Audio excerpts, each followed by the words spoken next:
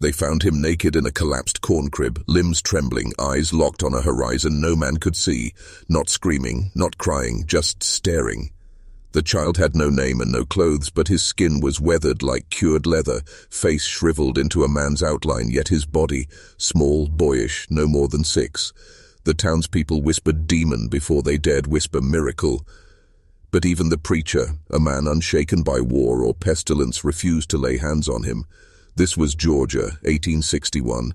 The land reeked of blood, cotton, and secrets the Confederacy buried deeper than its dead.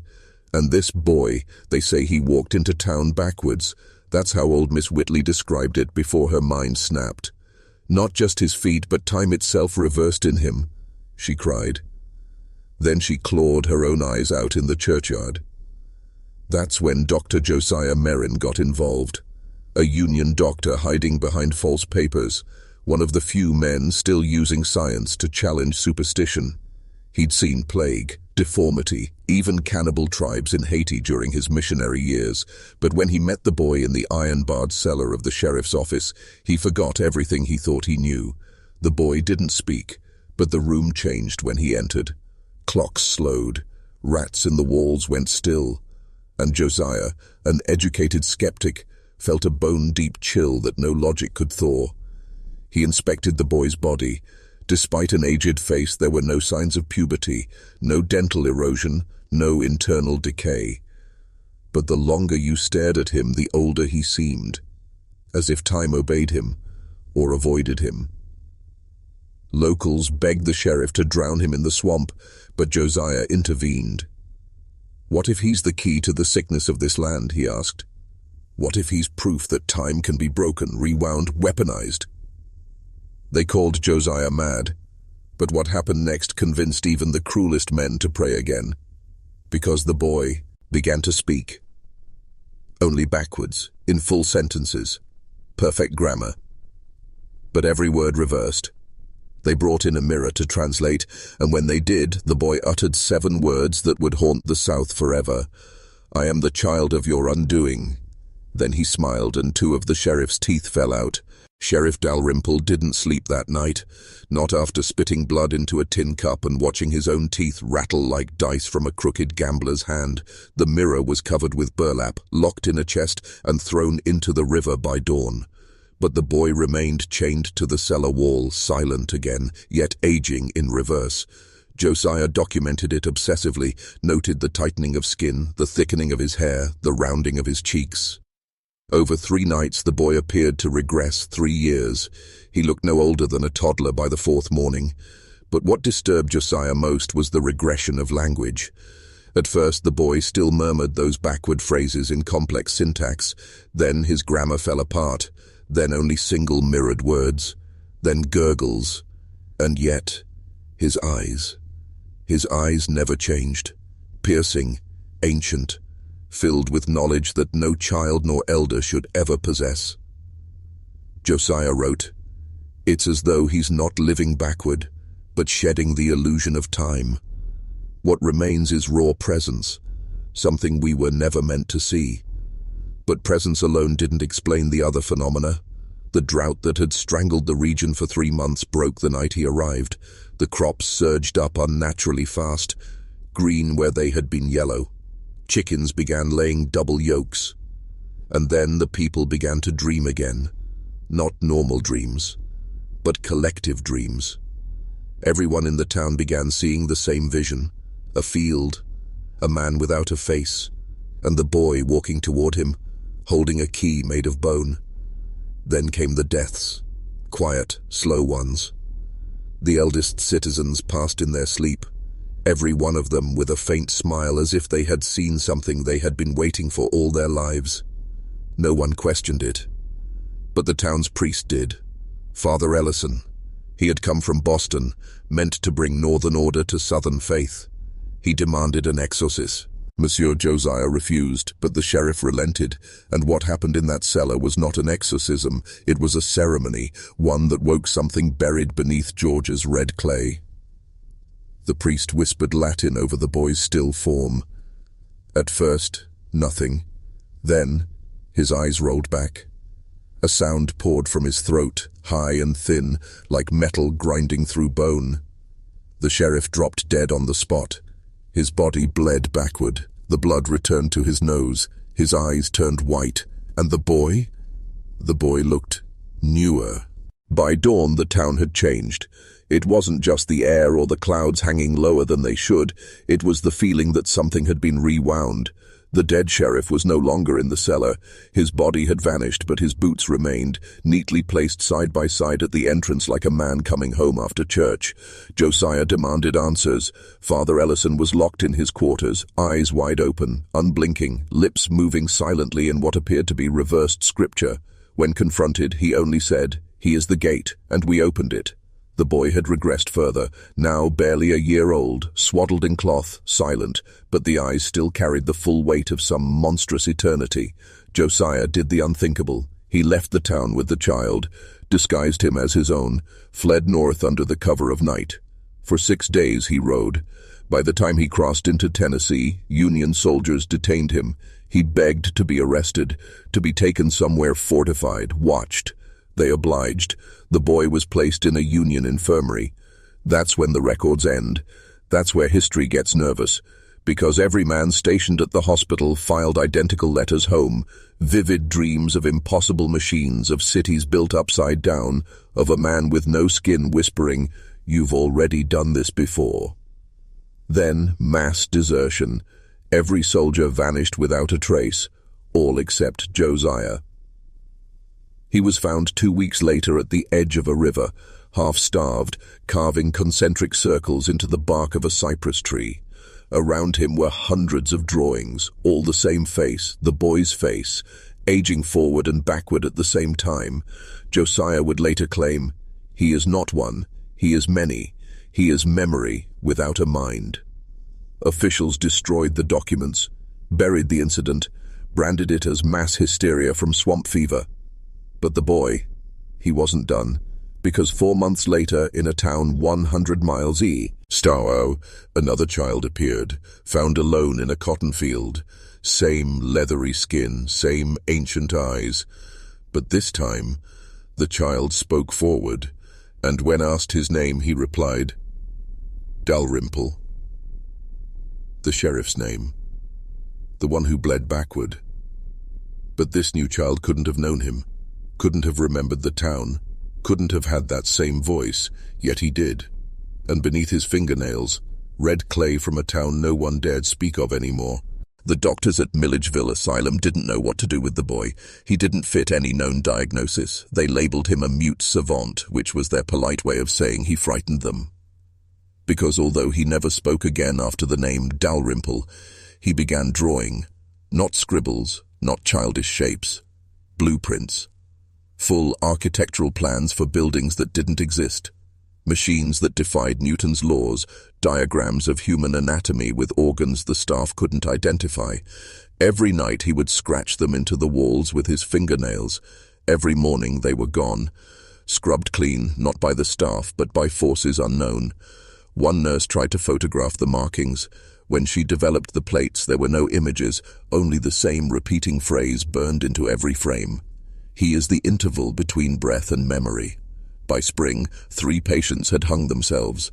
2 more tried to carve out their eyes. The head of the asylum ordered the boy transferred to a military facility. That train never reached its destination. It derailed near the Chattahoochee River. All passengers accounted for, all except the boy. Gone, vanished into the woods. And weeks later, stories began to spread in surrounding towns. Of a child knocking on doors at dusk, not begging, not lost, just staring with those same ancient eyes. People reported time skipping during these encounters. A man would open the door, see the boy, blink, and realize he was outside, barefoot in the woods, 4 hours later clutching an item from his childhood he thought he'd lost. Another woman said she saw her dead husband standing behind the boy, mouthing the words, "Don't let him in." But she already had, and by morning her hair had turned completely white. That year, a government census recorded a 6% drop in population across 3 counties. No explanation, just missing persons. Every single One last seen speaking to a child they swore they recognized, but couldn't name. Meanwhile, Josiah appeared again, writing letters to newspaper editors under false names, warning of the boy who unthreads time. No one listened. They thought him mad. Until one editor opened a sealed envelope and found a photograph inside. Black and white, old, grainy, but unmistakable. It was Josiah himself, as an old man, standing behind the boy, smiling, and written on the back, "You sent me this?" By 1863, the name Dalrymple had become something whispered between locked doors in the counties that remembered. Families began burying clocks in their yards. Some smashed their mirrors. One church burned every birth certificate in its archives. Because the sightings hadn't stopped, they'd only evolved. The boy was no longer standing at doors. Now he appeared in reflections, windows, puddles, brass doorknobs, always behind you, never moving, never blinking. A preacher from Savannah claimed he saw the boy's reflection speaking to him in Latin, though he himself didn't understand the language. He repeated what he heard to a scholar. The translation: "History is a loop drawn by forgetting." When the preacher refused to recant, he was committed. Within weeks, he had pulled out every tooth from his mouth, arranging them in spirals across his padded cell. The asylum's records show the boy visited him once, though no visitor was ever logged. One nurse quit that night. She left behind a single note: "He ages like a curse." Meanwhile, Josiah was aging in reverse. A Union prison doctor wrote in disbelief that the prisoner he'd been treating, an old man with trembling hands, now appeared to be in his 20s, still sketching symbols, still whispering the same name: Dalrymple. The sketches were confiscated, but they matched designs found years later in Cold War-era black projects. Machines said to manipulate perception, memory, maybe even time. No inventor was ever credited. But in the corner of one blueprint found decades later, initials were carved so small they were invisible to the naked eye: J.D. In a final act of desperation, 3 military surgeons attempted to sedate the boy in secret. They believed that if they could induce a coma, they could isolate the anomaly in his brain. The moment the injection pierced his skin, the power in the entire facility went out. Every clock reversed. The metal in their instruments began to rust before their eyes.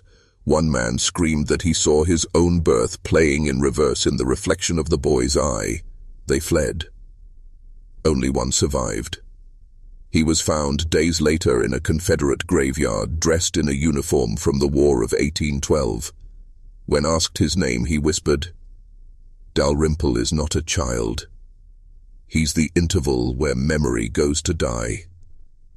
And then he collapsed, smiling like he'd finally solved a riddle too vast for any sane man to carry. By the winter of 1863, federal agents began referring to the case unofficially as Project Backstep. It wasn't yet a file. It was a collection of whispered reports passed between men who wore no insignia. Every account had the same chilling consistency: encounters with a child whose presence reversed logic, language, and time itself. One agent, a codebreaker out of Richmond, claimed to intercept a Confederate cipher that decoded itself into a phrase not written in any known hand. It read, "He is not from the past. He is what the past becomes when it's no longer remembered." That agent disappeared 2 days later. All they found in his quarters was a candle burning upside down, with wax dripping into the air. Josiah's letters, long dismissed as ramblings, began to gain traction in occult circles. One underground press published a pamphlet titled "The Boy with No Origin," claiming he was a temporal orphan, a being expelled from the linear flow of time as punishment for some ancient betrayal. The pamphlet included a disturbing claim that Dalrymple aged backward not due to a biological defect, but because he was returning to something, reversing toward a beginning the rest of us were never meant to remember.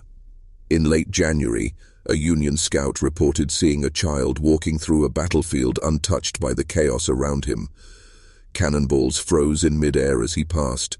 Dying men began reciting lullabies they hadn't heard since infancy. One man stood and shouted the name of a girl he had never met, then dropped dead with a smile on his face.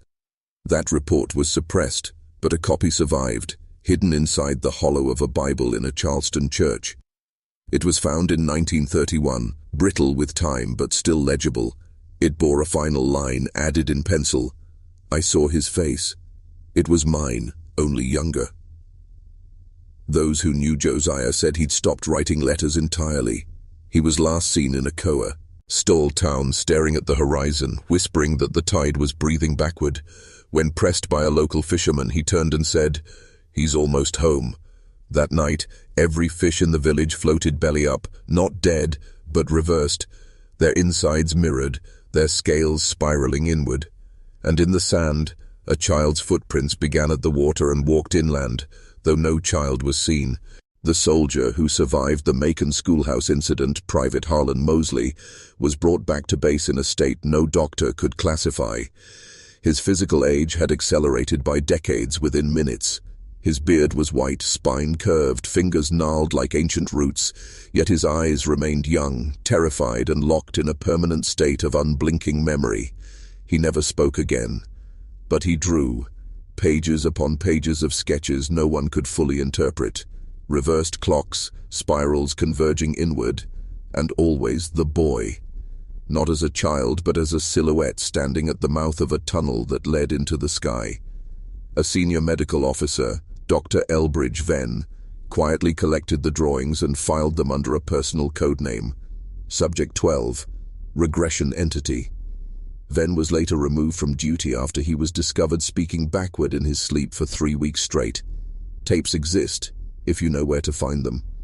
Played in reverse, the recordings form a single continuous phrase. He returns what should have been forgotten. But this wasn't a ghost story. By mid-1864, several Confederate laboratories, unofficial and unacknowledged, had become obsessed with Josiah.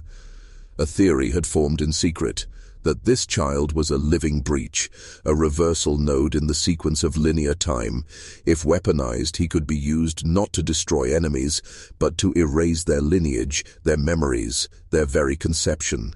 In a hidden chamber beneath Savannah, a machine was built, a room of mirrored walls and ticking metronomes, designed to anchor the boy in a forward current. But when they brought a look-alike child in for testing, time itself collapsed within the chamber. 6 men were found dead with fetal hearts inside their chests. 1 woman survived, aged 12 years backward in 30 minutes. She could only say, "He's coming through me." After that, the lab was burned, scrubbed from every map, and the name Josiah Dalrymple was erased from every military and public ledger. But erasure doesn't undo origin. You cannot unbirth what was never born in the first place. And somewhere along the rivers of Georgia, sightings returned. A child walking alone, always upstream. Farmers found messages carved into trees in a child's hand. "I left too early. I'm returning wrong." One old slave woman, half blind, saw him in a dream and awoke speaking in the voice of her mother. "He remembers you before you were real." And then the water began to rise. Spring of 1864 brought silence. No sightings, no letters, no new reports. It was as if the boy had vanished, or worse, completed whatever cycle he was reversing through, but silence is deceptive. Beneath it, things rot, twist, and prepare. In early April, a Confederate unit stationed near the ruins of an abandoned plantation filed a single report before their entire regiment was reassigned and gagged. The commanding officer, Captain Leary, described an unnatural child seated in the center of a dried-up well, eyes open, unmoving, lips pressed shut as though holding something inside. He ordered the area sealed. That night, 7 soldiers cut their tongues out with bayonets. The next morning, the well was gone. Not covered, gone. In its place stood a tree no one remembered planting. The tree's bark peeled back in spirals, and when touched, the soldiers claimed to hear lullabies in their dead mother's voice. One man claimed he saw the moment of his conception inside a knot on its trunk. That man was institutionalized. Leary was found drowned in the baptismal font of a church 5 miles away. His last written words, "He's not a boy, he's the return." In the towns nearby, time anomalies increased. Clocks stopped ticking forward. Babies were born with teeth. Old women cried like infants at night and spoke languages that hadn't been spoken in 3,000 years. One blacksmith woke up with soot in his lungs despite no fire lit in days and whispered, "The furnace remembers him." Historians later found a crude drawing etched into his anvil of the boy, surrounded by an Ouroboros, the snake eating itself. By now, even Union Command had noticed the pattern. They didn't know what Josiah was, but they knew he couldn't be allowed to vanish. Orders were issued to intercept him, alive if possible, dead if necessary.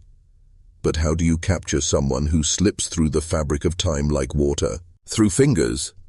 One soldier tried, tracked him to a ghost town outside of Macon, said he found the boy seated alone in a one-room schoolhouse, drawing symbols in ash. When the soldier raised his weapon, the boy didn't move, but the soldier's hands began to age. Skin cracked, muscles shrank, bones hollowed. He dropped the rifle, screaming. The boy finally looked up and said, "You were never meant to follow me." The flooding began without rain. August 1864. Streams swelled into rivers, rivers into rolling tides that defied gravity, crawling uphill like veins reversing flow. Entire farmlands were swallowed in silence, livestock drowned in dry barns. A preacher in Oglethorpe County recorded in his final sermon that the land drinks what the child forgets. His congregation walked into the flood barefoot, hymnals clutched like lifelines, never seen again. Meanwhile, Josiah was seen near the banks, always barefoot, always dry. Survivors described him not as a threat, but as a sorrow, a gravity of memory too heavy for the world to hold. One midwife claimed she saw him place his hand on the stomach of a dying woman, and the woman cried out, "He's giving it back to me."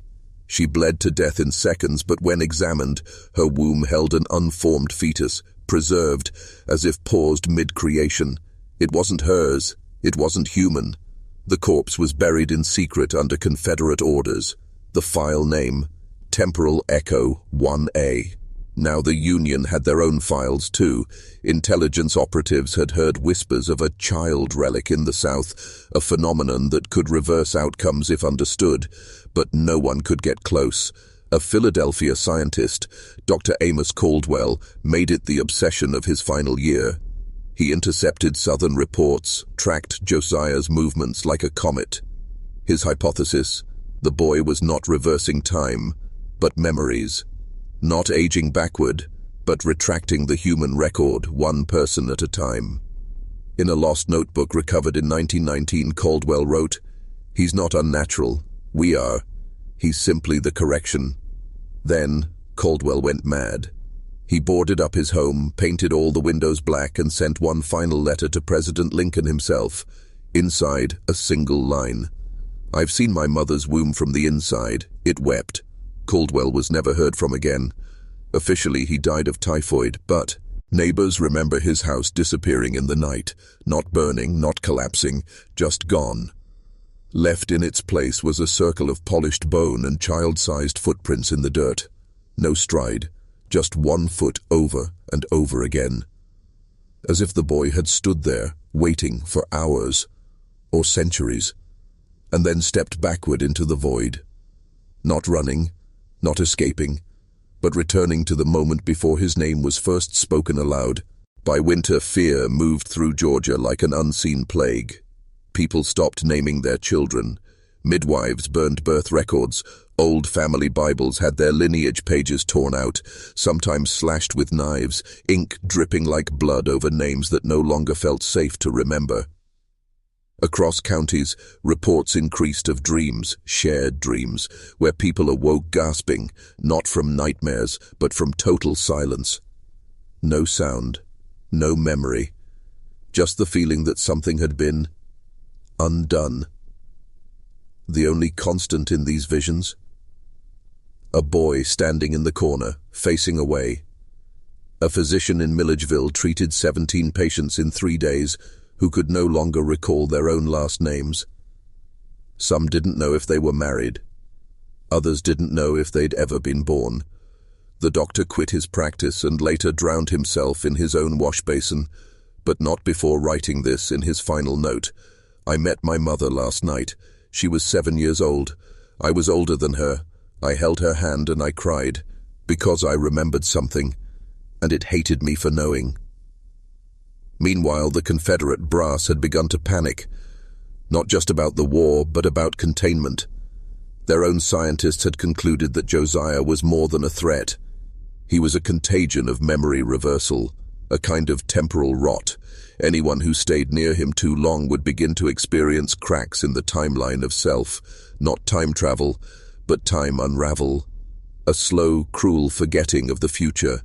In a desperate move, they attempted to isolate him. A facility was built deep in the Okefenokee swamps, a hexagonal compound with copper floors and walls lined with ancestral bloodlines engraved in Latin. But when they tried to bring Josiah in, he vanished from the transport. Left behind in the carriage was a pool of water, still and reflective. The soldier driving was found curled in the fetal position, whispering one phrase over and over, "He left through me." The swamp compound was later found filled with mud. No architecture, no equipment, just bones arranged in a spiral. Every vertebra belonged to infants. But not from the present. Carbon dating later revealed the remains predated Josiah by thousands of years, and still etched into the mud above the spiral was a message. Childlike handwriting, burned into the air like smoke. "I can't go back unless you forget me." The first official Northern investigation came not from the military, but from a botanist. Dr. Elias Braddock, a Union-affiliated researcher obsessed with anomalies in southern flora, had heard rumors that the plant life around Josiah responded unnaturally, blossoming out of season, weeping sap that congealed into amber overnight. Braddock arrived in Savannah under a false name, carrying instruments not for measuring sunlight or soil, but for time. He wasn't there to study plants. He wanted to know if Josiah could rewrite life itself. On December 3, 1864, Braddock allegedly made contact. The report came through his assistant, a local freedwoman named Esther, who found him kneeling in a collapsed greenhouse, hands buried in the soil, sobbing. Around him were roses in full bloom, but their petals weren't red. They were translucent, thin as memory. Inside each blossom was a human tooth. Braddock was institutionalized within the week. His notebooks were taken, but Esther managed to copy fragments. One passage stood out. "The boy is not erasing time. He is unraveling authorship. Every root, every cell is forgetting who made it." Esther fled north, but not before warning a Union spy that the child was hollowing history from the inside out. That spy's report vanished into an unmarked vault in D.C., but decades later, fragments surfaced in the writings of fringe historians and underground metaphysicians. The term they used, the Anachron seed. A being not born of time but outside its arc, planted like a question in the middle of a statement, meant to germinate just as the world believed it understood itself, and Josiah was blooming. Witnesses began describing him differently now. Less childlike, more solemn. His skin, they said, looked less like flesh and more like something remembered, as though his body was not aging backward but returning to the shape it had before he was needed. One woman claimed that when she looked at him, she saw not a boy, but a cradle, rocking, empty. Her mind fractured that night. She carved Josiah's name into every surface of her home, then lit it all on fire. Her body was never found. Only the cradle survived, untouched by flame, and inside it, a note in a different hand. "You were supposed to keep forgetting." By the first spring thaw of 1865, an unusual calm blanketed the county where Josiah had last been seen, the kind of silence that feels staged, like someone holding their breath on the other side of a closed door. Reports of the boy's appearance ceased overnight, but something else began. People began seeing doubles. Husbands waking beside wives who blinked too slowly, children swearing their fathers didn't smell right. One woman slit her own throat after claiming her newborn had looked at her with the face of her dead brother. And in the local schoolhouse, 3 students collapsed mid-lesson when their teacher turned to write on the chalkboard, and the word "again" appeared before she touched it. Investigators arrived. They found no teacher, just the chalkboard, scrawled with dates. None from the present, all from years that hadn't happened yet.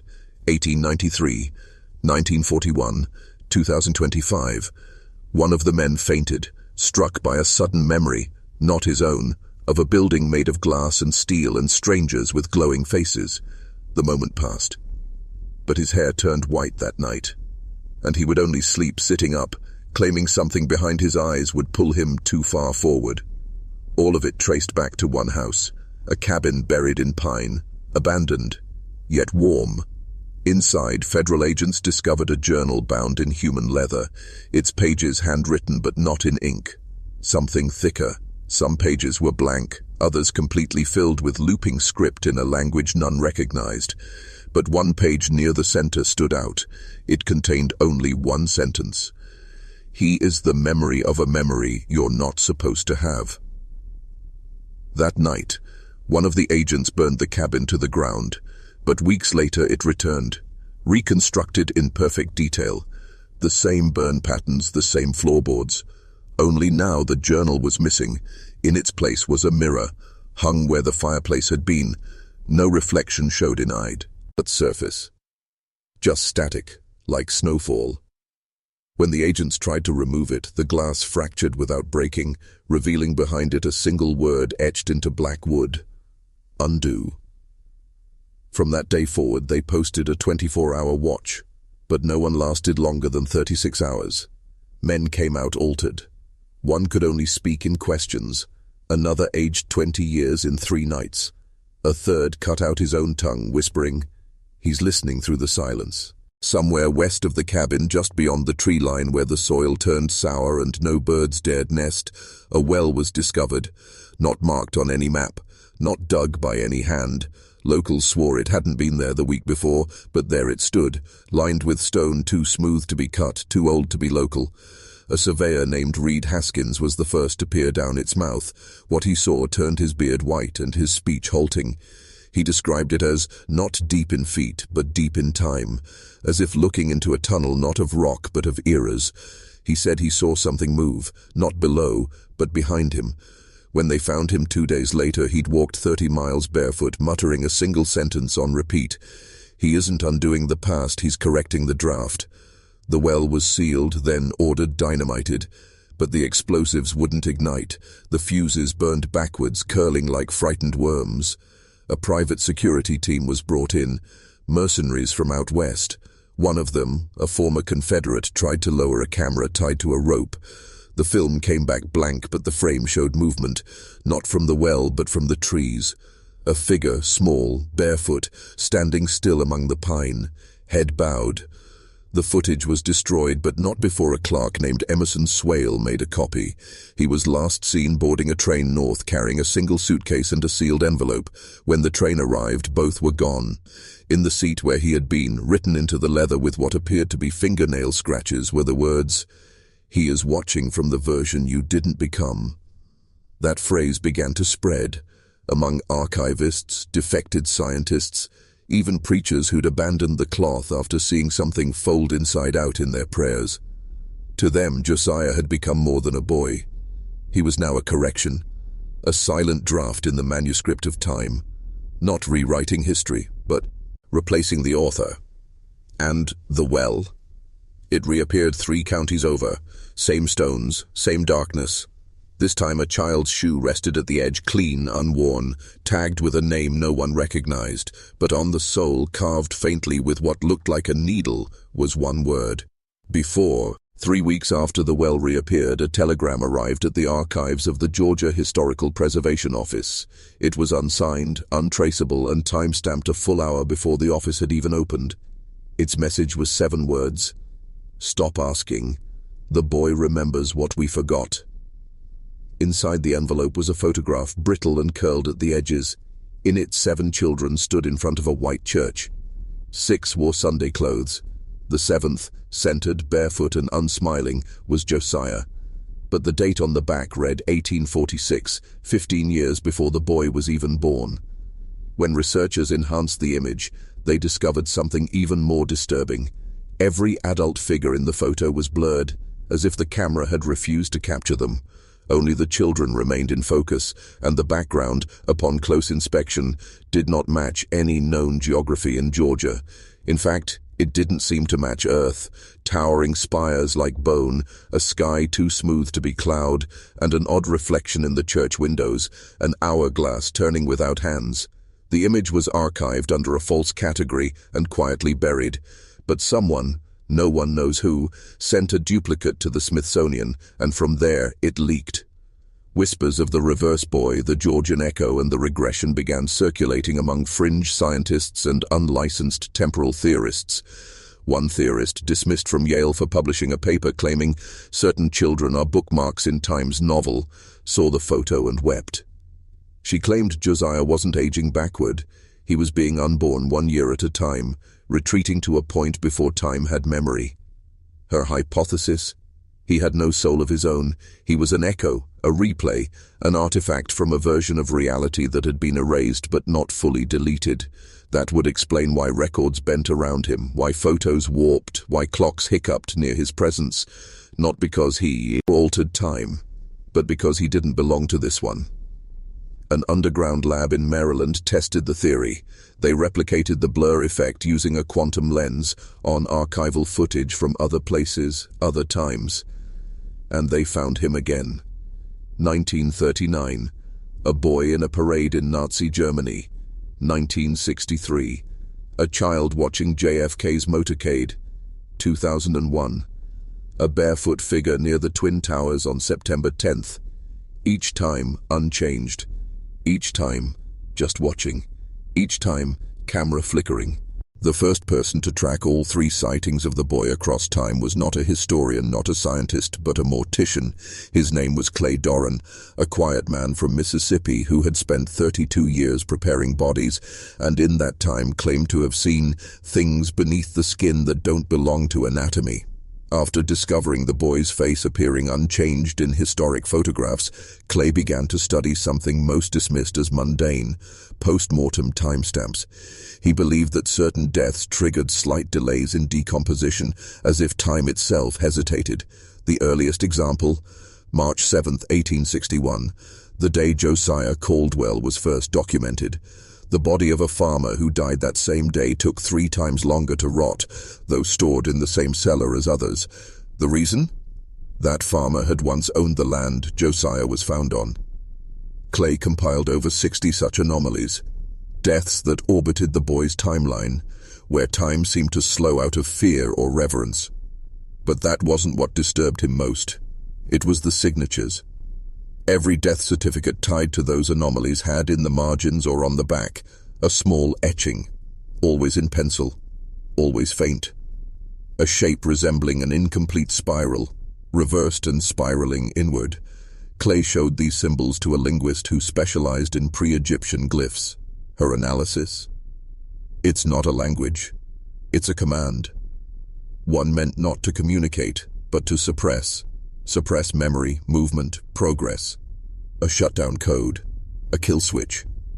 Clay believed that Josiah wasn't just moving backward through years.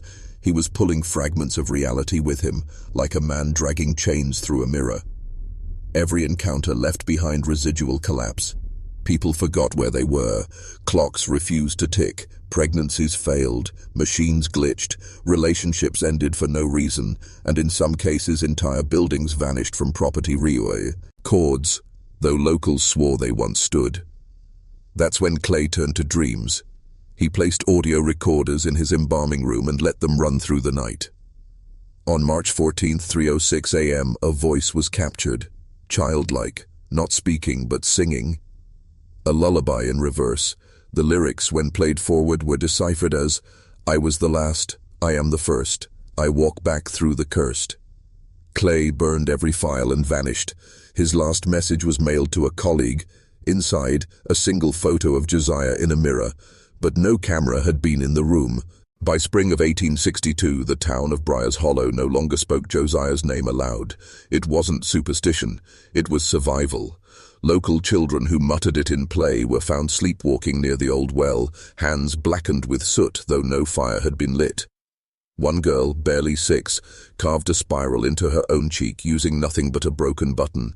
When asked why, she replied, "He's hiding inside my hours." That same week, every grandfather clock in town stopped at 3:06 a.m. Ministers held emergency sermons. Doctors prescribed morphine. Families boarded up windows not out of fear of trespassers, but of forgetting what they were supposed to be afraid of. Josiah was no longer seen, not in body, not in shadow, but evidence of him remained. Teeth in a bird's nest, footprints going into a room but not out. A milk cow birthed a calf with adult human eyes, and for a moment, before dying, it spoke. 3 words. He is beneath. On April the 12th, the mayor of Briars Hollow sent a letter to the governor of Georgia begging for federal intervention. He never received a response. Instead, a group of 5 men, none of them named in any official record, arrived in a black horse-drawn carriage with no visible driver. They carried no badges, only leather-bound books and surgical tools wrapped in cloth. Locals called them the Silencers. They took nothing, asked few questions, but requested one item from the town: access to the well. What happened over those next 2 nights was not recorded, but on the 3rd morning the well was gone. Not filled in, gone. As if the ground had sewn itself closed. In its place, grass, perfectly green, and a single blackbird nailed to a wooden post with a copper spike. The 5 men departed without a word, but what they left behind was worse than silence. It was erasure. Diaries no longer mentioned Josiah. Store ledgers lost entries. Baptismal records were blurry. Ank, the teacher, once so shaken, returned to class with no recollection of ever meeting a boy that strange. But not everyone forgot. One man remained haunted. Reverend Aldous Finch. His sermons grew erratic. He burned his Bible. He screamed that, "We buried the future inside a backward child." Then, in his final sermon, before hanging himself in the bell tower, he scrawled 3 words in blood across the altar. He walks reversed. 10 years later, in 1872, a traveling photographer named Elias Wren wandered into the ruins of Briars Hollow. He wasn't looking for ghosts. He was chasing light. Wren was famous for his haunting wet plate portraits, especially of abandoned towns, but Briars Hollow was different. The air was wrong. The wind didn't move. Trees leaned away from the center of town as if repulsed. In the middle of what had once been the town square, Elias found something not on any map, a shallow grave marked only with stones arranged in a backward spiral. He took a photo. When he developed it, the image burned through the glass plate, not melted, burned, as if the camera had captured something it was never meant to see. Undeterred, Elias returned the next day. He found a dollhouse half buried under ash, its tiny windows painted black, inside a single doll with human fingernails. The moment he touched it, Elias felt something tug behind his eyes, like a memory he'd never lived. That night he dreamed of a boy sitting in reverse in a rocking chair, humming a song that bent the air. The next morning, every negative in Elias's satchel had developed on its own, except they weren't photos he had taken. They were images of other towns, other people, all of them staring directly at the camera, all at 3:06 a.m. And in the corner of each frame, the faint silhouette of a child walking backward through a door that wasn't there. Elias fled, abandoning his equipment. Weeks later, his journal was found on the steps of the Georgia Historical Society, pages torn and soaked in brine. One passage remained legible. "The boy isn't aging backward, he's unaging us forward. Every year he moves, time folds under his feet like damp linen. The past isn't where he's from, it's where he buries us." What Elias saw, or what saw him, was never proven, but those photos resurfaced in a private auction in 1911 purchased by an unknown collector who paid in solid silver.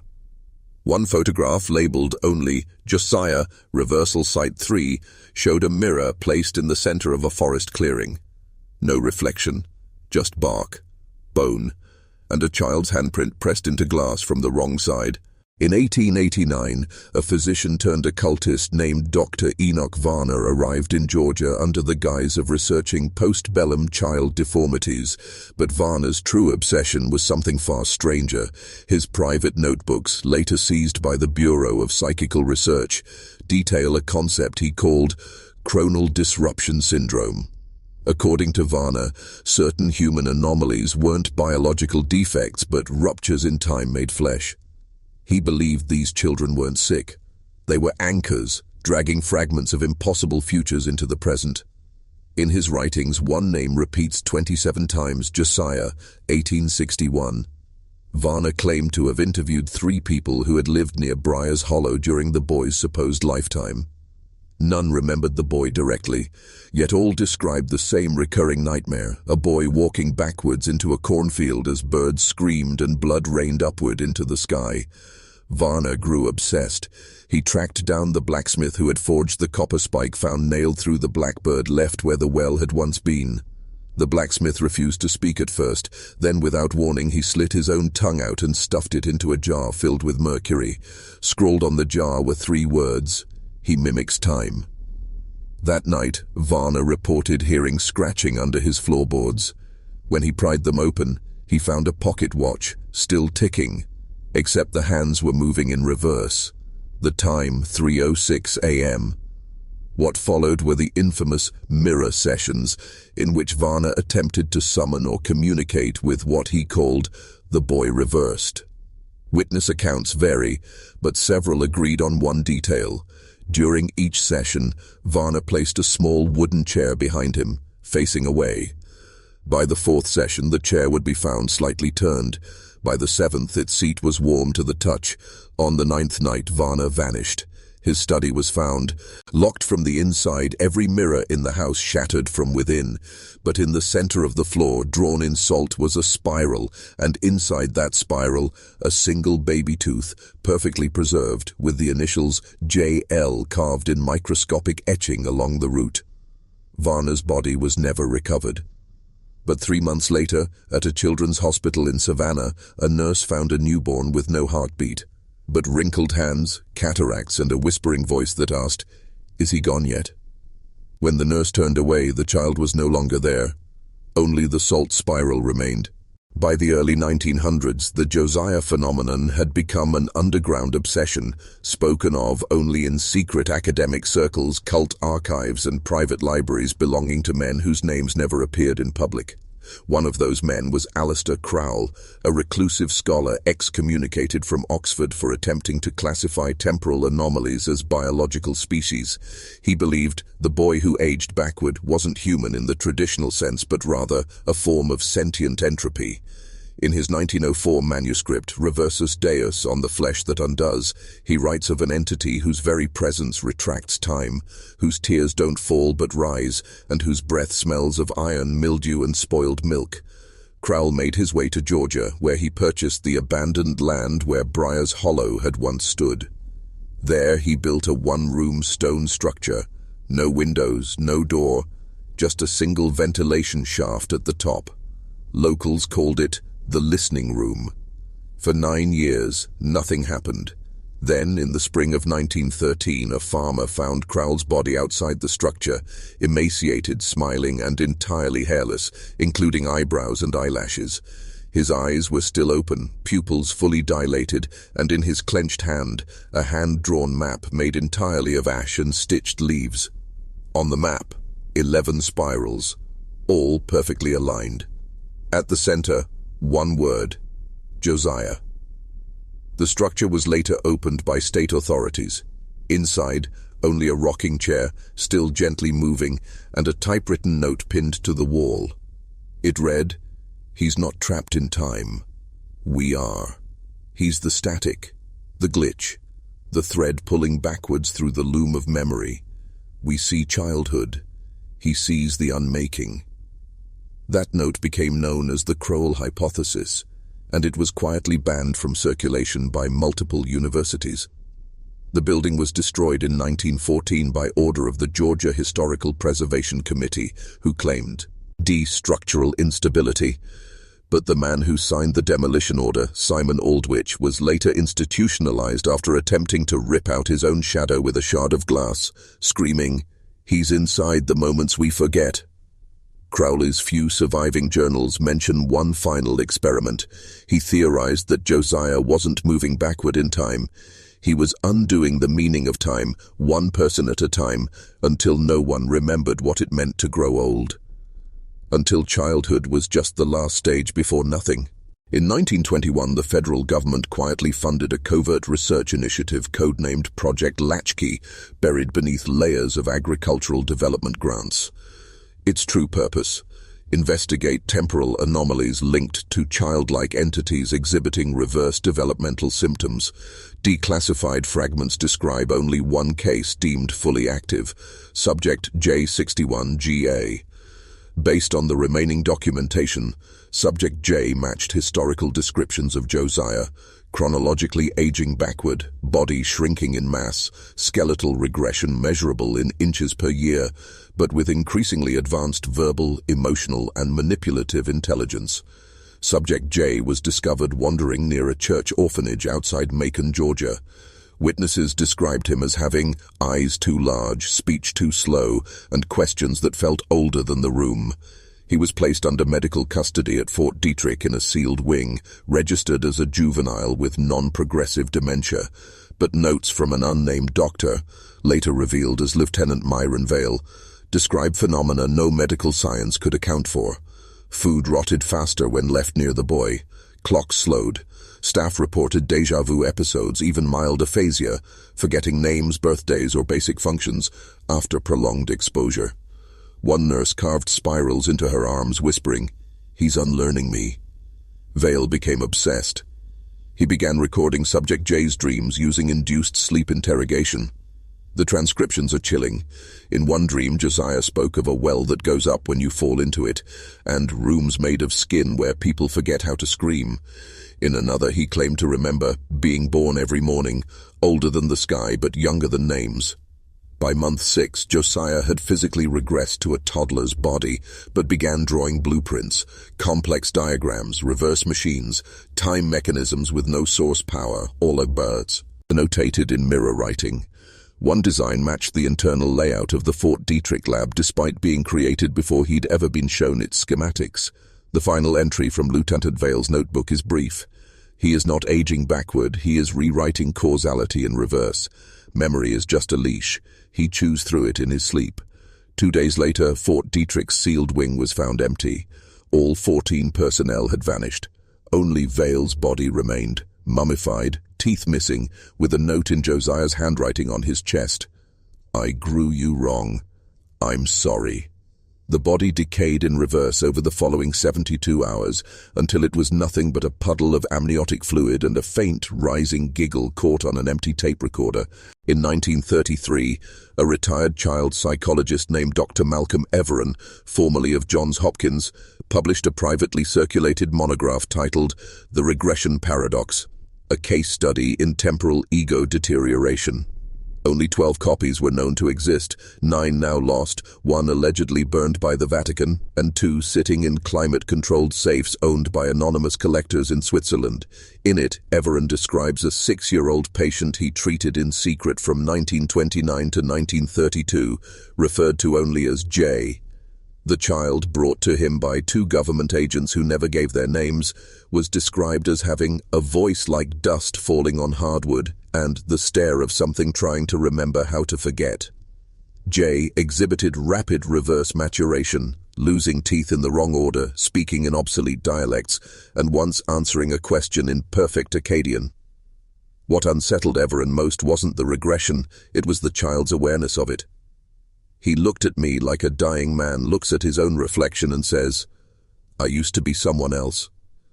During hypnotherapy, Jay told Everin stories, none consistent, all horrifying. In one, he claimed to have been born in a house with no doors, only clocks. In another, he described being unmade by a woman who kissed my name backwards. When asked to draw his family, Jay sketched a tree, its roots above the ground, its branches buried deep in soil, with little tombstones hanging like fruit. The final session, dated July 14, 1932, ends abruptly. Everin writes, "He asked me what it feels like to forget your own first word. Then he said mine aloud, and I felt it leave me." That same night, Everin was found wandering barefoot along the Hudson River, his clothes soaked, muttering, "He's not a boy. He's the bruise left after time falls." He would die 2 weeks later from what the coroner described as unexplained internal reversal of aging. His lungs had reabsorbed fluid consistent with infancy. His bones had softened, his teeth had fallen out in a spiral pattern. Jay was never seen again, but Everen's assistant, who transcribed every session, claimed one phrase was repeated across all recordings, spoken calmly, as if from a place that had never known light. Time isn't real. You are just what it remembers before it forgets. And in that phrase, those who've studied Josiah say, lies the reason why he must remain hidden, because to know him fully is to forget the shape of your own beginning. There's a room deep beneath the Georgia State Asylum, shut off since 1944, sealed behind welded steel, no blueprints, no key. Locals whisper of it as the nursery. Official records don't acknowledge it exists, but in 1971, a janitor named Luther Kane fell through a rusted subfloor near Wing B and landed in it. His account, written on hospital napkins hours before he suffered a fatal seizure, was buried in a maintenance file marked non-essential. According to Kane, the room was lined with cribs, 33 in total, but not a single one held a child. Instead, each crib contained wax mannequins, deformed, some eyeless, some missing limbs. Above every crib, a name tag, handwritten in old ink, names not found in birth registries but matching those mentioned in ancient Georgian death rolls from 1800 to 1861.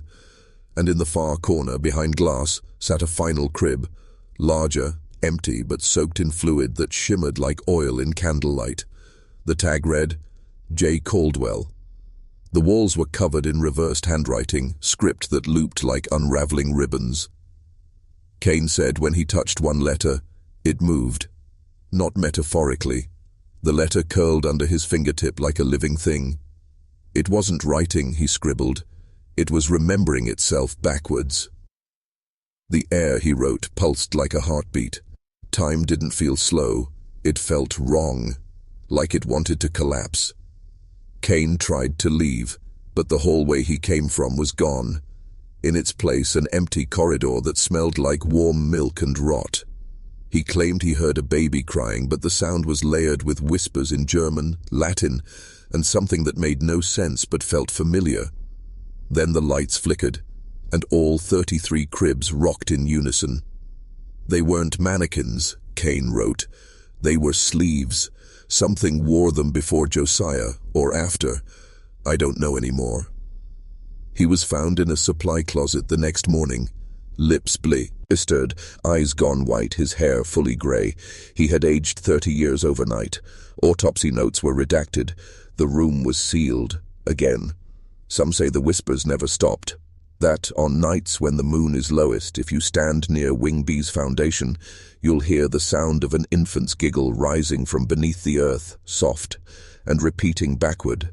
They say it's the sound time made the moment Josiah was born, or maybe the moment it realized it couldn't contain him. In 1986, a linguistics professor named Miriam Kells began a classified research contract with a federal agency she never named, only referring to it in her journals as Division 4. Her assignment? To decipher an audio artifact extracted from an asylum vault under Georgia clay, recovered during a failed demolition of Wing B. The reel-to-reel tape was marked property of Caldwell Estate, a name she didn't understand until it began to speak. The voice was a boy's, but it didn't cry, laugh, or stutter. It recited. In a slow, toneless cadence, the voice repeated a phrase. 7 syllables in Latin, then Georgian, then Aramaic, and then something unidentifiable. The phrase, when translated, was simple but devastating. I am the breath before you were. Kells noted the sound spectrum. There was no static, no frequency decay. The voice never wavered. It didn't loop. It evolved. Every playthrough, the phrase distorted subtly as if adapting to the listener. Her final analysis included this chilling line. It doesn't speak for communication. It speaks for possession. After 3 weeks, her team started showing symptoms: insomnia, inverted REM cycles, auditory hallucinations of infants speaking in algebraic sequences. One assistant, Daniel Torren, was hospitalized after claiming he could hear God forgetting how to count. Kells kept listening, but not with headphones. She placed the reel in an anechoic chamber, used directional microphones, stood 50 feet away. But even then, she wrote, the voice grew louder, inside her. Not her ears, her mind. "It's learning me," she scribbled on a napkin. "It's aging me backward from the soul out." Her final journal entry, dated November the 2nd, 1986, said simply, "It's not a child. It's the echo of creation begging not to be remembered." She vanished the next day. Her home was found vacant, doors locked from the inside, a single crib in the center of her study, empty but still warm. On the wall, written in reversed ash, was one word: Josiah. The real, gone. But one intern, years later, anonymously published a sonogram of the audio's frequency spread. Hidden within the spectrum was a shape, not random, not digital noise, but a spiral.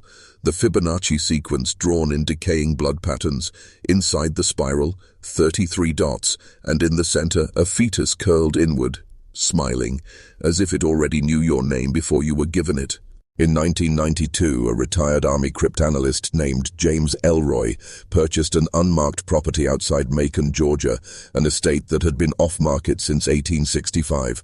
What he believed was a coincidence would later be traced to an auction list tied to the Caldwell lineage, though no public record connected the two. Elroy was an isolationist, obsessed with anomalous sound, and convinced that some frequencies could reorder memory. He began renovations immediately, but within weeks his hired crew quit, citing untraceable noise, electrical burns without wires, and an overwhelming scent of infant formula and formaldehyde. Elroy, undeterred, installed a Faraday cage beneath the basement, a secure chamber with lead-lined walls, military-grade soundproofing, and a generator designed to isolate electromagnetic interference. He called it the listening room. There he began recording ambient noise every night at 3:33 a.m., a time he believed was the inversion hour. At first the recordings were blank. Then came the static. Then came the whispers. Not random, not chaotic. They repeated coordinates. But the locations weren't on any modern map. When cross-referenced with pre-Civil War cartography, they matched every known orphan burial ground in Georgia dated before 1862. On the 33rd night, the whisper stopped. Instead, a child's voice emerged, thin, deliberate, unblinking. It said Elroy's full name, then recited the exact time of his mother's death, his military enlistment date, and the phrase, "You were always meant to find me, Father." Elroy collapsed. When he woke, every recording had been wiped, but one thing remained, a single reel of tape jammed inside his equipment, labeled J. Caldwell. Attempt 34. He never published his findings, but his daughter, years later, found a box hidden in a hollowed wall. Inside, 33 index cards, each marked with dates in reverse, starting from 109-19. Down to 1861. The final card simply read, "Return begins." But it wasn't ink. It was blood, his own verified decades after his death. And his cause of death? Unknown. No trauma, no illness. But his autopsy revealed the biological markers of a 6-month-old infant. Tissue elasticity, bone density, undeveloped lungs, but with the complete memory engrams of a 68-year-old man. The pathologist wrote only one line before sealing the report. He aged in reverse, but his memories didn't. They screamed. This wasn't science fiction. It was history, buried, denied, and named after a boy whose birth broke the clock. A week after the autopsy report of James Elroy leaked into a closed forum of medical examiners, the site went dark. Not offline, erased. Server logs replaced with the phrase, "Error 1861, origin loop breach." Most dismissed it as a hoax, but one forensic linguist noticed something odd. That exact phrase, word for word, had appeared once before, in an archived letter dated July 4, 1861, from a Union intelligence officer stationed in Georgia.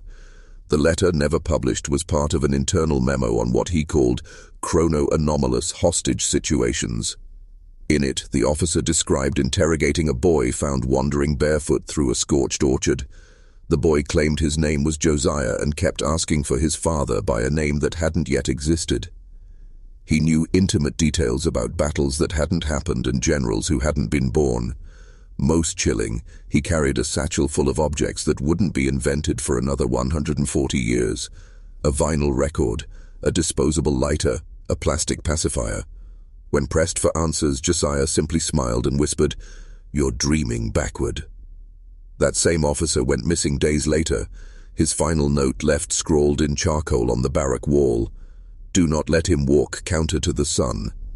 The letter was sealed by a secret division under early federal intelligence called Division NN for Noesis, the ancient Greek term for divine knowledge. All records of Division N were later absorbed into Project Montauk and MK Ultra, but references to Josiah appear again and again, always in the margins, always redacted. There are diagrams of a child with no navel, lungs folded like petals, and a spinal cord that ends in a root-like growth. One report from 1966 lists him as Subject Theta 33, his ability, temporal reversal through empathic memory induction, meaning Josiah didn't just move backward through time, he pulled you with him, through your own memories. Until forward meant nothing.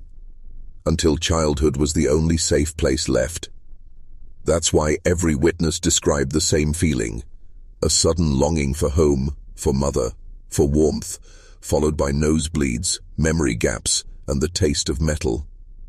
One researcher wrote, "He's not a boy, he's a rupture, a longing made flesh." And wherever Josiah was seen, time distorted. Watches broke, pregnancies reversed. Grief turned to joy, turned to nothing. Josiah didn't kill. He unmade. By 1979, whispers about the boy who unmade time had reached the Vatican, not the public but the secret archives, where anomalies are recorded in ink that fades under sunlight. A Jesuit scholar named Father Aurelio Ferrara was dispatched under orders from the Congregation for the Doctrine of the Faith. His assignment was listed as chronotheological anomaly Georgia Vector. He traveled alone, arriving under the cover of a pilgrimage. He spoke to no one, but what happened over the next 72 hours was recorded in his private confessional log, never meant for public reading.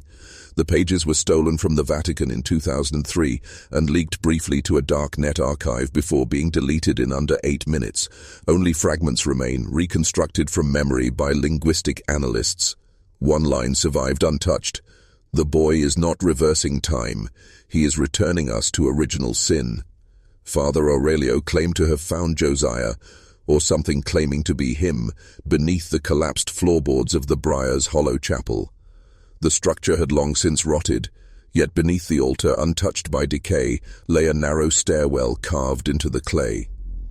At the bottom, a room lined with mirrors that did not reflect. Instead, they shimmered with scenes, vivid and silent, of the viewer's own life in reverse. But with one change. In every reflection, a child watched silently from the edge of the frame. Josiah, not older, not younger, unchanged, observing, learning, smiling faintly, as if remembering the moment before it happened. Father Aurelio fell to his knees.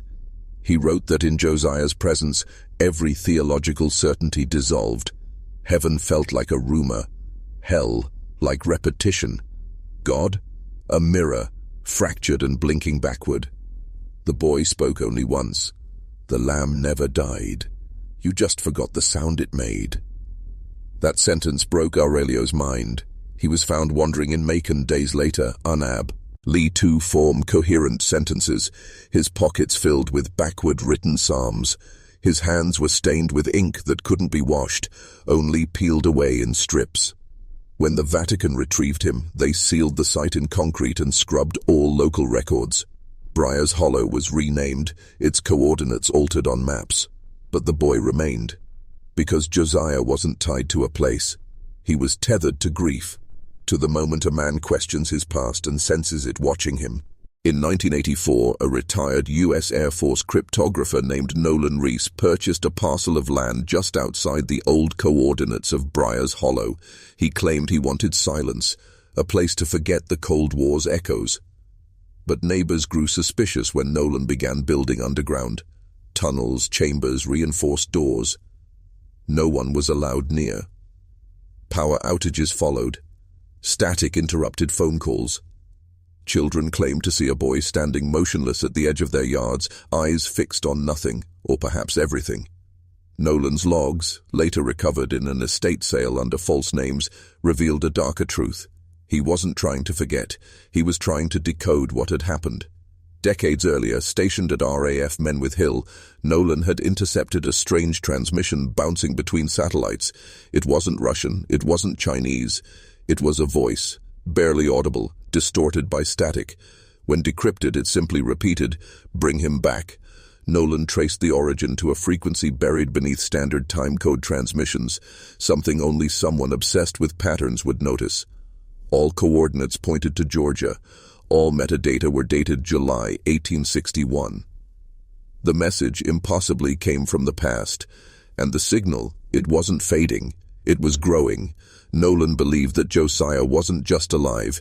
He was communicating from a temporal fracture, broadcasting through entropy. He called it the reverse signal, a wave of psychological recursion designed to awaken grief patterns in susceptible minds. The more you listened, the more you remembered things that never happened, and once those memories were unlocked, he could find you. Nolan wrote that Josiah fed on unprocessed pain, not to harm, but to replace. Like a virus reprogramming DNA, Josiah didn't attack, he rewrote. Children who came near the property would forget their parents' names. Adults recalled childhood events in perfect detail, except they weren't their childhoods. One woman screamed for days that her mother had vanished in the mirror. Nolan's last journal entry was a drawing, a spiral made of fingerprints leading inward to a figure of a boy holding an hourglass upside down. His final words, "Time isn't linear, it's hungry, and Josiah is the mouth." The next day, his compound burned from the inside out. No remains were found, just walls scorched in patterns like veins. And at the center, untouched by flame, was a single child's shoe, size 2, still warm. 1993, a doctoral candidate in neuropsychology named Evelyn Hart began compiling case studies on what she termed reverse developmental onset. Individuals whose cognitive and emotional profiles regressed without brain damage, trauma, or any diagnosable disorder. She published a single paper before she disappeared. That paper was pulled from academic archives within 48 hours, but a copy, anonymously preserved in a now-defunct web forum for fringe neuroscience, survives. Buried within her technical jargon was a case that never named Josiah, but the fingerprints were unmistakable. The subject, male, estimated birth year 1861, presenting as 8 years old, yet with speech patterns from multiple decades and cultures. The child could recite Latin passages backwards, including verses that had been lost to history. More disturbingly, he responded emotionally to photographs of events he could not have witnessed. Hiroshima, the assassination of Lincoln, the Challenger disaster. He wept silently during each one, not as if they shocked him, but as if he remembered them. Hart hypothesized that the boy was not aging backward, but cycling through reincarnations, reliving existence from the end to the beginning, each lifetime condensed, compacted into the shell of a child. What she found most disturbing, though, was how proximity to the boy affected her dreams. They reversed. She began waking up at the beginning of nightmares, forgetting their ends. Her sense of time unraveled. 1 week, she wrote, lasted a single afternoon. Her fiancé left her, claiming she no longer recognized him. But the final straw came when Evelyn found recordings on her own answering machine. Messages in her voice, crying softly. "He's not human. He's not new. He's old. So old." The audio file contained no digital signature. Her phone had been disconnected for months. Evelyn was last seen at a psychiatric facility in Asheville, where she carved spirals into her arms and refused to speak. But a nurse found her final words scribbled inside a Gideon Bible. "If you meet the child, do not speak your name. He will wear it." The institution claimed suicide, but visitors to the wing she occupied often reported cold spots, static distortions, and the image of a boy reflected in surfaces where no one stood. His eyes did not blink, and when you turned to face him, he was already gone, yet somehow closer. In 2008, a classified black site known only as Facility I-12 was quietly decommissioned by a joint task force consisting of the NSA, DARPA, and a private biotech firm with no publicly available board of directors. The site's purpose had never been acknowledged in any federal budget, but leaked internal memos described it as a containment initiative for pre-modern temporal anomalies. Among the final inventory logs was a single entry tagged Subject JA Chronotype Reversive Entity, Estimated Age Indeterminate. The description read, Cognitive regression inconsistent with physical state, temporal boundary bleed observed, interaction restricted to nonverbal stimuli, hostile response to mirrors and silver-based materials. But one phrase repeated across all reports stood out. Subject induces rememory cascade in observers. Non-consensual psychological imprinting. That same year, a whistleblower posing as a janitorial contractor uploaded heavily redacted footage to an encrypted board. The video, grainy and saturated with analog noise, showed a boy sitting silently in a glass chamber staring directly into the camera. For 6 minutes he did not move. But when a researcher entered the frame and adjusted a dial, the boy raised one hand and mouthed something. No audio accompanied the movement. But experts later isolated the frames, and lip readers concluded he said, "Do you remember dying?" Immediately following the video's appearance, multiple users who viewed it reported vivid dreams of drowning, being buried alive, or waking up in the wrong childhood home. Several claimed the dreams ended with the same moment, a boy knocking on their window in the middle of the night, holding something wrapped in cloth. None could remember what was inside, only that they accepted it. Within 72 hours, the video vanished. The whistleblower's IP address went dark, but metadata left behind included GPS fragments, which when plotted formed a shape, a perfect spiral. In 2010, an unmarked federal convoy was spotted in Georgia near the original coordinates of the Ashcroft estate. No records exist of the destination, but satellite imagery showed scorched earth, concentric burn rings, and at the center, a single open book. Zooming in revealed that its pages were blank, except for one. The words read, "Time is not a line, it is a wound, and some wounds do not heal, they open." There was no sign of the boy, but the last transmission from the area was a scrambled voice whispering, "He's learning to write." In the final months before the Civil War erupted, a diary surfaced in a private collection in Savannah, Georgia. Bound in human skin and sealed with melted black wax, it bore no title, just the initials J.A. burned into the front. Historians dismissed it as a hoax, but a linguist who decoded the entries revealed a language that didn't fully belong to English or Latin. The writing fluctuated in tense and perspective, as though the author had no stable sense of time or self. The most disturbing pages were written in reverse, not merely backwards letters, but entire events described from end to beginning. They spoke of an illness that moved like memory, of families forgetting their youngest sons existed, and of a child whose body shrank while his mind expanded. "The older I become," one entry read, "the less of me there is. I am ungrowing. They named me James, but I have had other names. I am born again every night, and less of the world survives with me." The final page described a ritual, burying a sealed box beneath the house at Ashcroft, containing teeth, hair, and a silver watch stuck at midnight. But the author warned never to open it, writing, "If you see a boy at the edge of your dreams, do not follow him. He is not asking for help. He is asking for a place to hide." That box was discovered during renovations in 1996 by a demolition crew unaware of its history. Every member of that crew died within 12 months. Car crashes, suicides, unexplained disappearances. The watch, when examined by a horologist, was found to be running, not ticking but humming. It vibrated at a frequency just below human hearing, but when slowed down and converted to audio, it produced a sound that resembled a child's laughter spliced with weeping. The university that acquired the watch placed it in cold storage, but soon after, students began reporting dreams of a darkened nursery, an empty crib, and fingernail scratches beneath their beds. The watch was stolen in 2017. Security footage was corrupted. All that remained was a smudge on the lens, shaped unmistakably like a child's hand. We are left with only fragments, a backwards boy, an aging sickness that isn't aging at all, and a pattern of forgetting wrapped in truth.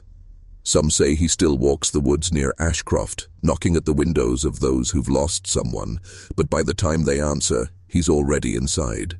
In the quiet hours past midnight, men who've studied this case often admit, off record, that there's a shape to the silence around it, as if the absence of answers isn't accidental but designed, like an infection that deletes evidence instead of leaving scars. One former CDC researcher, now disappeared, wrote in a heavily encrypted email that James Ashcroft may not have been a victim, but a prototype, that he was part of something the Confederacy never understood and the Union feared enough to bury with more than bullets. He claimed experiments were conducted on Ashcroft's blood, tests that revealed anomalies not in the cells themselves, but in their rhythm. The blood aged like reverse clockwork, regenerating not just tissue but memory, a living memory engine, endlessly rewinding. If that's true, it would explain why people near James reported déjà vu, time loss, and hallucinations. It would also explain why the records vanish the closer you look, not through redaction, but by the erasure of collective memory. One of the few remaining items linked to James, an oil painting done in 1862, was said to depict a teenage boy looking into a mirror, but only the boy appears. The reflection is missing, a black void where his face should be. The painting hangs today in a private collection in Maine, but collectors report feeling watched when they pass it. One even claimed his daughter whispered, "He's almost done hiding," before slipping into a coma. This is the kind of case that rewires your beliefs, not just about history, but about your place in it. It suggests that identity might be fluid, reprogrammable, that who we are can be written over like chalk on a slate if someone just finds the right method, and someone did. Long before computers, long before genetics, there was a boy in Georgia who moved backward while everyone else marched toward war. If he still exists, and many believe he does, he's not a boy anymore. Or maybe he never was. Maybe he was a message, a warning encoded in human form. If you've made it this far, comment, "I see him in the mirror," twice below. Not just for the algorithm, but to lock the truth into place. Because history isn't just written by the victors. Sometimes it's reversed by the forgotten. And sometimes, if you listen closely, it writes itself back into you. The soldier who survived the Macon schoolhouse incident, Private Harlan Mosley, was brought back to base in a state no doctor could classify. His physical age had accelerated by decades within minutes. His beard was white, spine curved, fingers gnarled like ancient roots, yet his eyes remained young, terrified and locked in a permanent state of unblinking memory. He never spoke again, but he drew, pages upon pages of sketches no one could fully interpret, reversed clocks, spirals converging inward, and always the boy. Not as a child, but as a silhouette standing at the mouth of a tunnel that led into the sky. A senior medical officer, Dr. Elbridge Venn, quietly collected the drawings and filed them under a personal codename. Subject 12, Regression Entity. Venn was later removed from duty after he was discovered speaking backward in his sleep for 3 weeks straight. Tapes exist, if you know where to find them. Played in reverse, the recordings form a single continuous phrase. He returns what should have been forgotten. But this wasn't a ghost story. By mid-1864, several Confederate laboratories, unofficial and unacknowledged, had become obsessed with Josiah. A theory had formed in secret that this child was a living breach, a reversal node in the sequence of linear time. If weaponized, he could be used not to destroy enemies, but to erase their lineage, their memories, their very conception. In a hidden chamber beneath Savannah, a machine was built, a room of mirrored walls and ticking metronomes, designed to anchor the boy in a forward current. But when they brought a look-alike child in for testing, time itself collapsed within the chamber. 6 men were found dead with fetal hearts inside their chests. One woman survived, aged 12 years backward in 30 minutes. She could only say, "He's coming through me." After that, the lab was burned, scrubbed from every map, and the name Josiah Dalrymple was erased from every military and public ledger. But erasure doesn't undo origin. You cannot unbirth what was never born in the first place. And somewhere along the rivers of Georgia, sightings returned. A child walking alone, always upstream. Farmers found messages carved into trees in a child's hand. I left too early. I'm returning wrong. One old slave woman, half blind, saw him in a dream and awoke speaking in the voice of her mother. He remembers you before you were real. And then the water began to rise.